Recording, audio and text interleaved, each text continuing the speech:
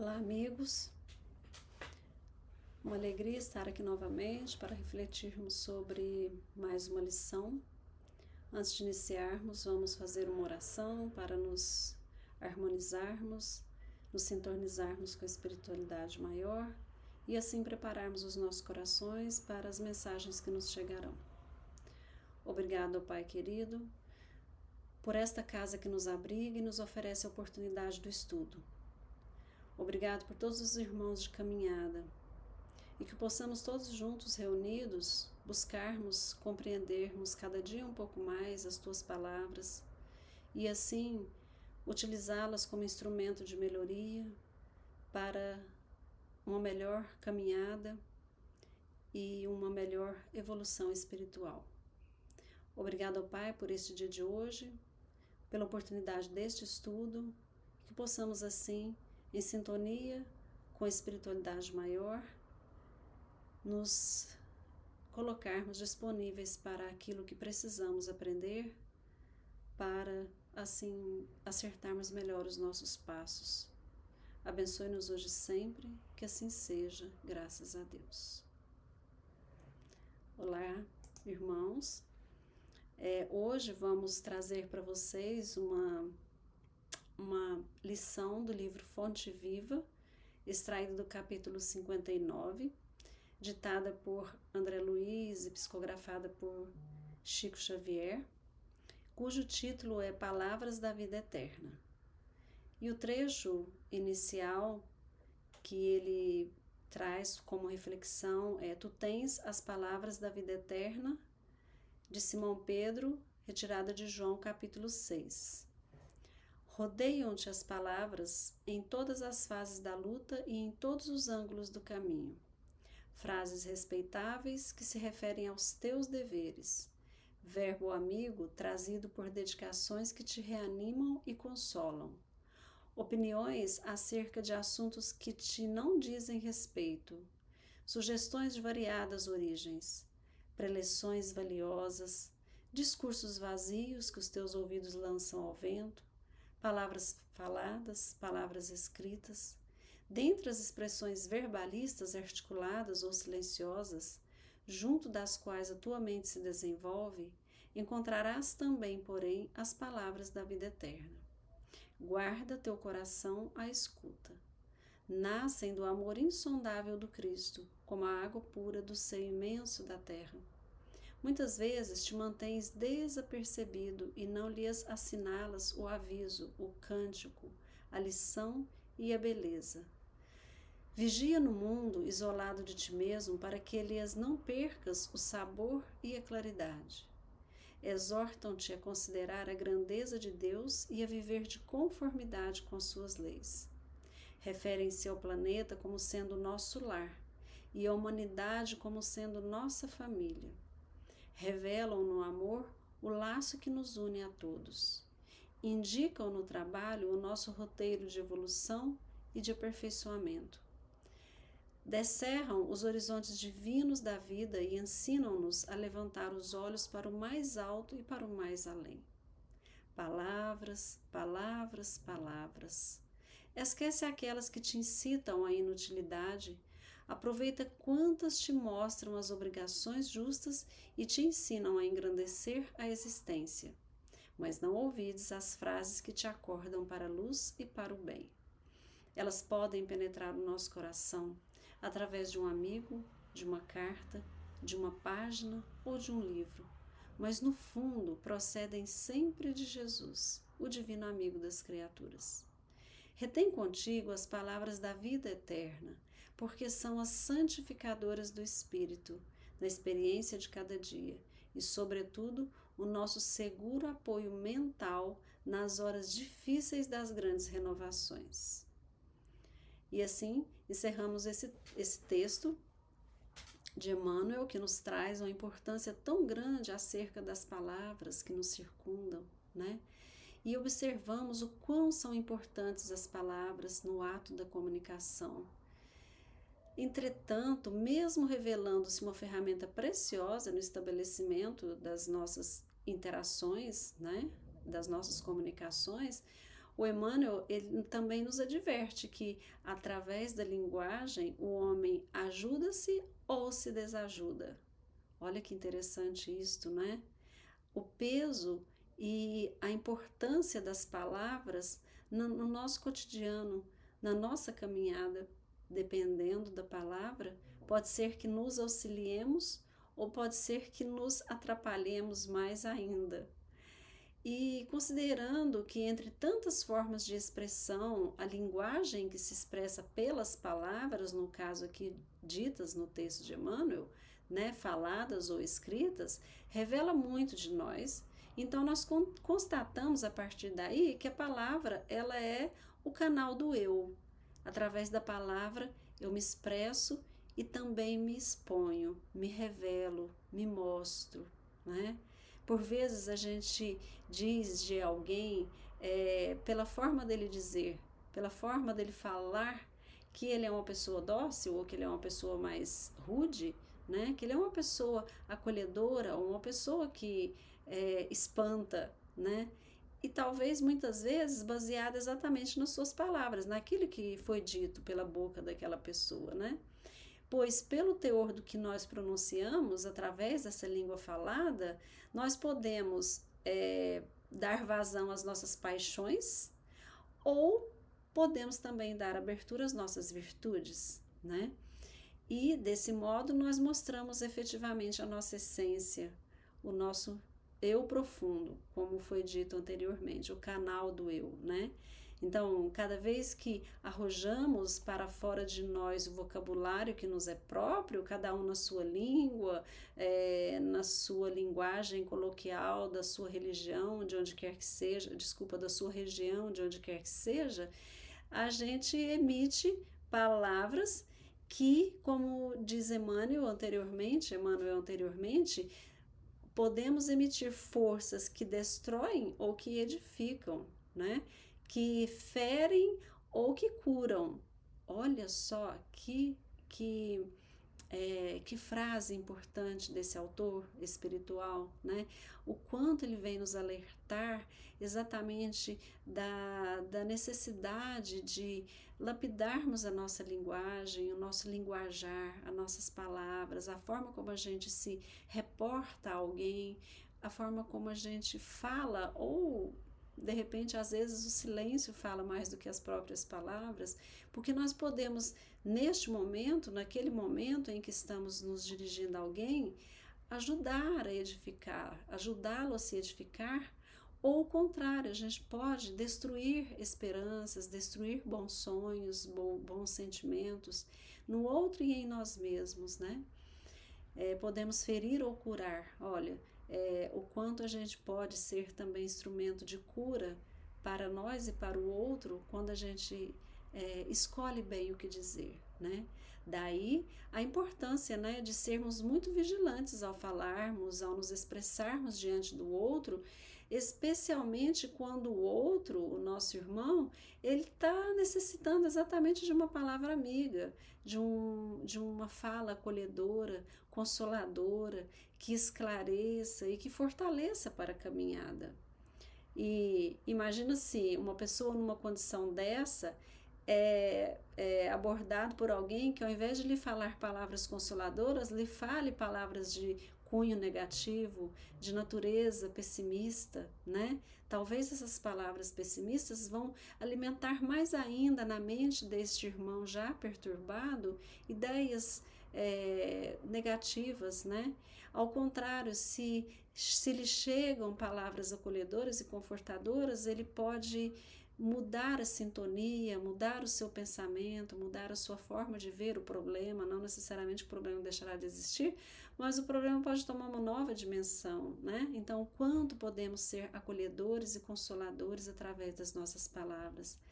Pela nossa expressão verbalista, menos enobrecida, podemos até repelir a bênção do amor, que nos encheria do contentamento de viver, perdendo por vezes as nossas melhores oportunidades de melhoria, de entendimento e de elevação.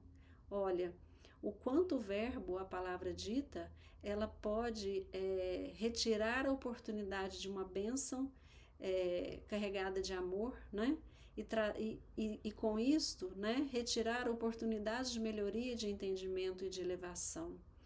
Nesse sentido, Paulo de Tarso fornece a receita adequada aos aprendizes do Evangelho, ou seja, a todos nós, né? E vamos ver o que Paulo de Tarso nos orienta, né? E olha que ele, antes de ser Paulo de Tarso, mesmo enquanto Saulo, era um homem de oratória, era um homem de pregação, né?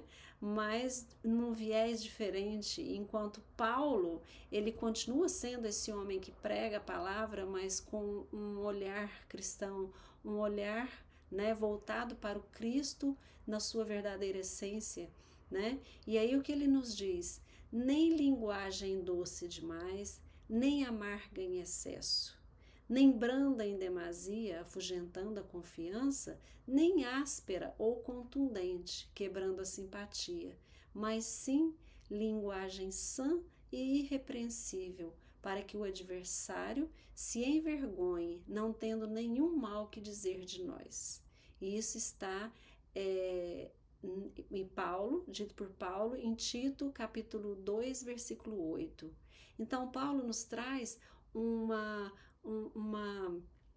como ele diz aqui, uma receita, né? Uma forma de se falar assertiva e adequada, para que aquele que nos ouve, ele veja em nossas palavras uma moralidade, ele veja em nossas palavras um teor positivo e não possa nada contradizer e nem o mal querer dizer de nós, né? Então, nem doce demais e nem amarga em excesso. E olha, gente, que essa receita eu fico pensando, enquanto mãe e vó que sou, o quanto se a gente aplicasse isso com os nossos filhos, com os nossos netos, com os mais próximos, a gente não teria grande sucesso nas nossas comunicações, nas nossas interações, né? Porque por vezes a gente é muito concessivo, outras vezes nós somos muito repreensivos. E isso é mostrado exatamente pela palavra, né? A nossa palavra, a entonação da nossa palavra traz a docilidade ou a amargura. E Paulo vem nos dizer isso, né? Que a gente possa ter o equilíbrio. E aí ele descreve essa linguagem equilibrada como uma linguagem sã e irrepreensível, ou seja, que não possa ser repreendida por ninguém.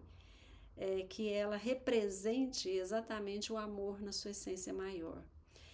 E é muito importante que a gente possa aqui pensar também que não só o que falo, mas especialmente aquilo que escolho ouvir, o que escolho selecionar para a minha vida em busca do meu engrandecimento espiritual, é também de extrema importância para a nossa evolução, né?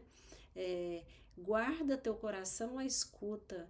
Ou seja, o que diz isto? Dentre as expressões verbalistas, articuladas ou silenciosas, junto das quais a tua mente se desenvolve, encontrarás, porém, as palavras da vida eterna. É o que Emmanuel está nos trazendo nessa lição de hoje, né?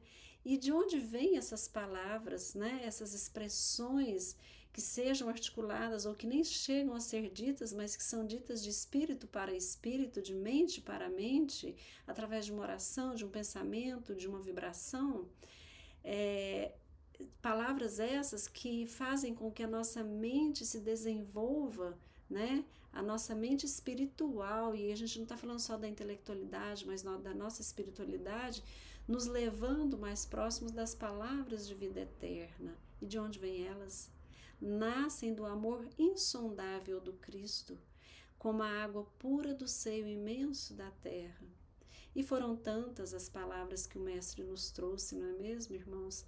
Aclarando nossos pensamentos, educando os nossos corações, palavras de vida eterna. Para Paulo, nos portais de Damasco, ao perguntar diretamente ao Mestre: que farei? Ele ouve como resposta a divina orientação para que se levante para a sementeira de luz e amor para o próprio sacrifício. Uma só coisa é necessária, asseverou o mestre em sua lição a Marta, cooperadora dedicada e ativa. Jesus desejava dizer que, acima de tudo, compete nos guardar dentro de nós mesmos uma atitude adequada. Assim ele orientou Paulo, assim ele orientou Marta. Uma só coisa é necessária, Marta, né? atitude adequada ante os desígnios do Todo-Poderoso, de Deus nosso Pai, avançando segundo o roteiro que nos traçou a divina lei. E realizado este necessário, como ele disse a Marta, cada acontecimento, cada pessoa, cada coisa, cada palavra que se diz ou que se ouve, que se escolhe ouvir, se ajustarão aos nossos olhos, aos nossos ouvidos, no que lhes é próprio. Sem essa posição espiritual de sintonia com o celeste instrutor, é muito difícil agir alguém com proveito. Então, se nós não estivermos sintonizados efetivamente com as mensagens do Mestre Jesus, nós estaremos sempre distraídos com todos os estímulos e convites que o mundo nos oferece, e não alcançaremos verdadeiramente a mensagem, o significado dessas palavras de vida eterna. E Jesus nos diz: porfiai por entrar pela porta estreita, porque eu vos digo que muitos procurarão entrar e não poderão. Isso está em Lucas capítulo 13, versículo 14. Mas os cuidados deste mundo, os enganos das riquezas e as ambições de outras coisas, entrando, sufocam a palavra que fica infrutífera.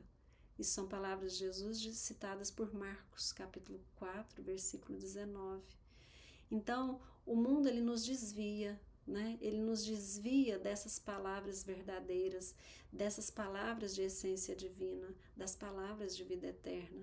Nós nos desviamos para a porta larga e por isso ele diz: tão difícil é e poucos poderão entrar pela porta estreita, porque estarão distraídos exatamente com essas coisas do mundo, com os enganos do mundo, né? E a gente tem que pensar que a conquista da crença edificante não é serviço de menor esforço, meus irmãos. A sublime virtude é a construção do nosso mundo interior, começa de dentro para fora, em cujo desdobramento cada aprendiz, cada um de nós que somos todos aprendizes, funciona como um orientador, um engenheiro, um operário de si mesmo. Não se faz a possível realização quando excessivas ansiedades terrestres de parceria com enganos e ambições inferiores torturam nosso campo íntimo, à maneira de vermes e malfeitores, atacando a obra. Olha só, isso que nos traz o texto nos fala exatamente sobre o movimento que temos que fazer, que na verdade se inicia de dentro para fora. É um movimento que começa no nosso mundo interior, é uma construção, como se fôssemos engenheiros e operários de nós mesmos, a buscar dentro de nós essa libertação das ansiedades da terra. É claro, estamos no mundo material e estamos inundados por tudo aquilo que nos circunda e que faz parte da nossa vivência e que inclusive temos que passar por elas, por isso é que reencarnamos, para passarmos por essas provações do mundo material. Mas nós não podemos nos distrair, porque no momento em que a gente se distrai, a gente se afasta exatamente da essência do que o Cristo nos trouxe. As palavras efêmeras, as palavras passageiras, as palavras do mundo, elas se sobressaem às palavras de vida eterna e nós nos confundimos no meio disso tudo.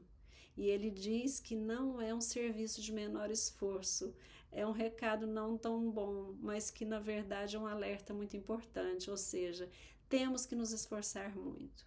E o próprio Livro dos Espíritos já nos diz sobre o bom espírita, né? Que é aquele que se esforça no máximo para fazer o seu melhor e buscar o seu melhor em todo o tempo. E aí a gente enxerga o quanto esse esforço é grande e que possamos então buscarmos esse caminho do esforço, porque ele é o caminho da porta estreita, é o caminho mais difícil. Meus irmãos, a lição do Evangelho ela é semente viva e o nosso coração, o coração humano, ele é receptivo tanto quanto a terra. Mas como a gente pode estar atento com a mente voltada para tais palavras que tanto engrandecem e consolam os corações?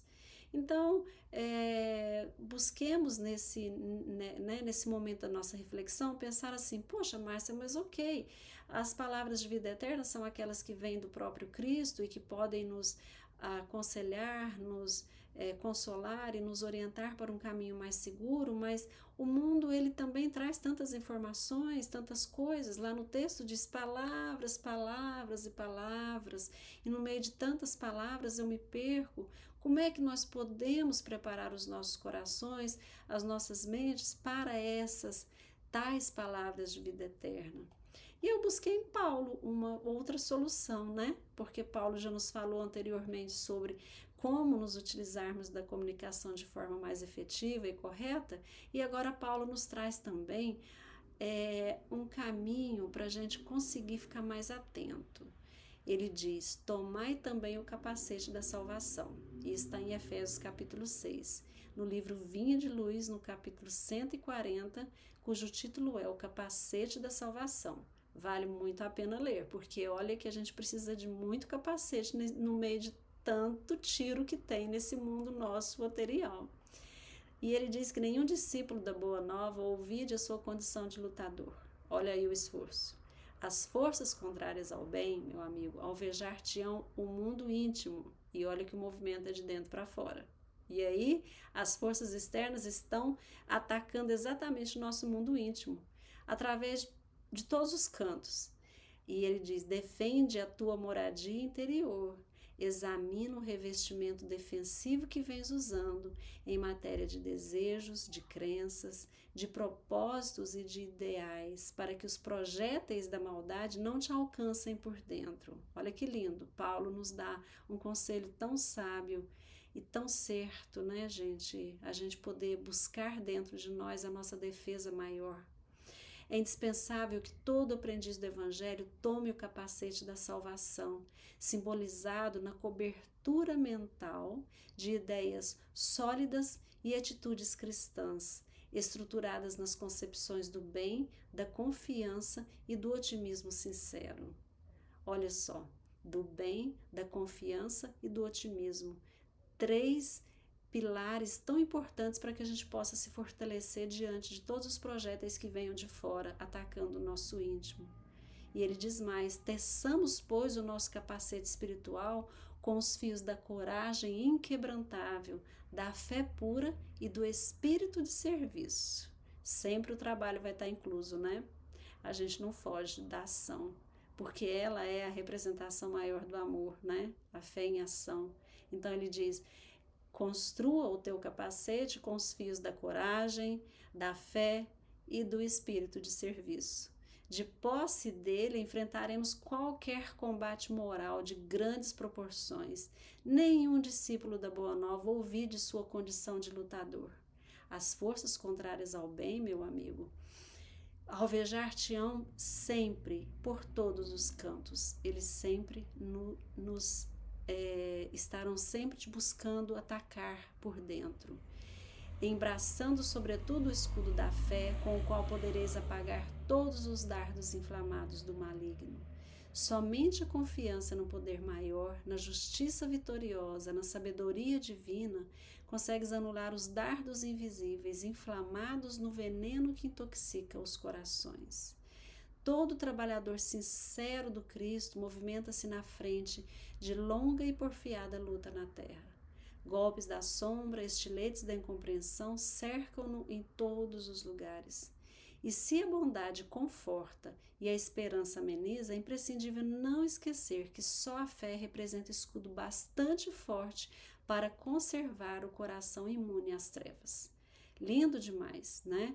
É claro que a gente ler, estudar e enxergar isso no autor original, aqui no caso Paulo, é muito bonito, mas na prática é difícil, né, meus irmãos, para todos nós. E por isso que a gente está aqui, por isso que Deus nos deu essa nova oportunidade de aqui retornarmos e podermos exercitar exatamente todas essas virtudes que nascem de dentro de nós, que estão em nós e que só estão adormecidas e que com um esforço maior, um pouquinho mais a cada dia, um pouquinho mais, a gente conseguirá, né?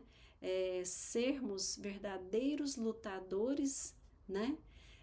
Da nossa existência e da nossa evolução espiritual. Por fim, Jesus diz: vinde a mim, Mateus capítulo 11, versículo 28. Jesus, o nosso Salvador, estende-nos os braços, amoráveis e compassivos. Com ele, a vida se enriquece de valores que jamais perecerão.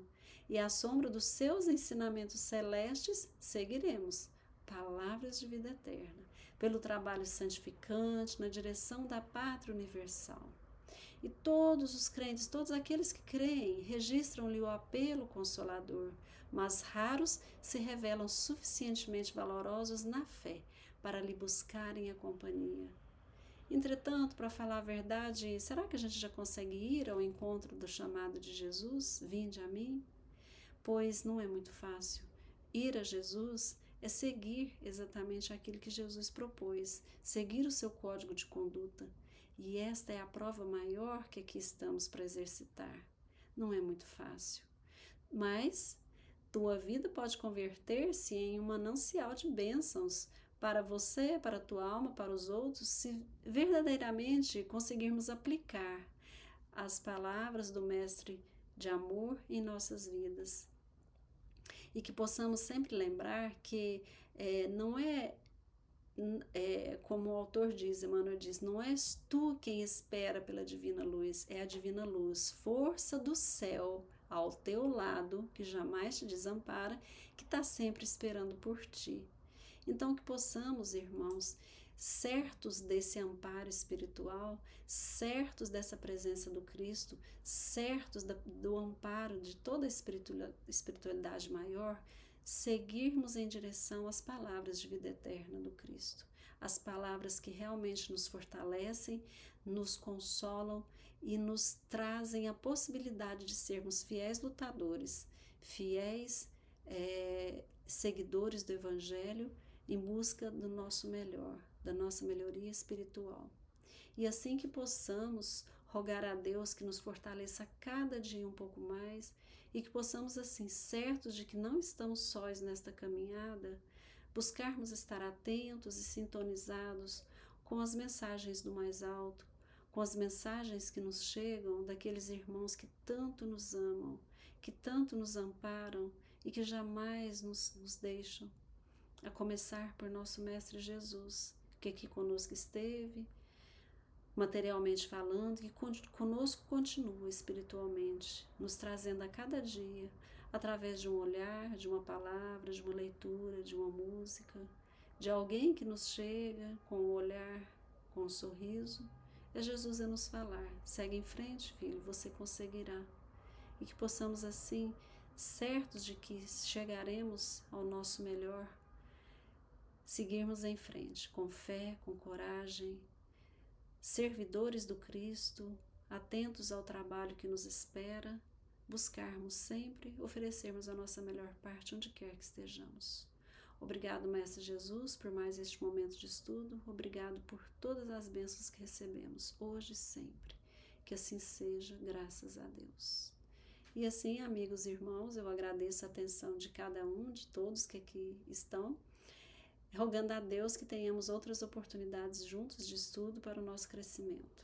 Fiquem com Deus, muita paz e luz.